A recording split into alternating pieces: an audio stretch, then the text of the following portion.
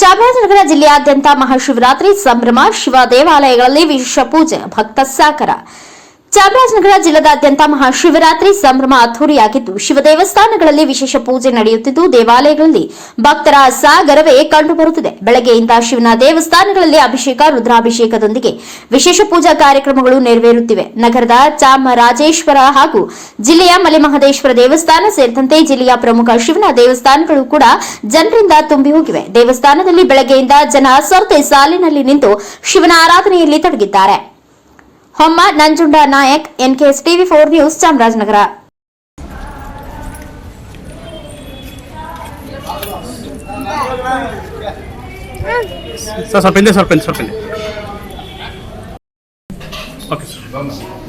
ಇಂದು ಏನು ಶ್ರೀ ಕೆಂಪನಂಜನಾಂಬ ಚಾಮರಾಜೇಶ್ವರ ಸ್ವಾಮಿ ದೇವಸ್ಥಾನದಲ್ಲಿ ಮಹಾಶಿವರಾತ್ರಿ ಪ್ರಯುಕ್ತವಾಗಿ ಪ್ರಾತಃಕಾಲ ಅಭಿಷೇಕ, ಪ್ರಾತಃಕಾಲ ಅಭಿಷೇಕ, ಪಂಚಾಮೃತ ಅಭಿಷೇಕ ಮಾನ್ಯಸ್ಪೂರ್ವಕವಾಗಿದೆ.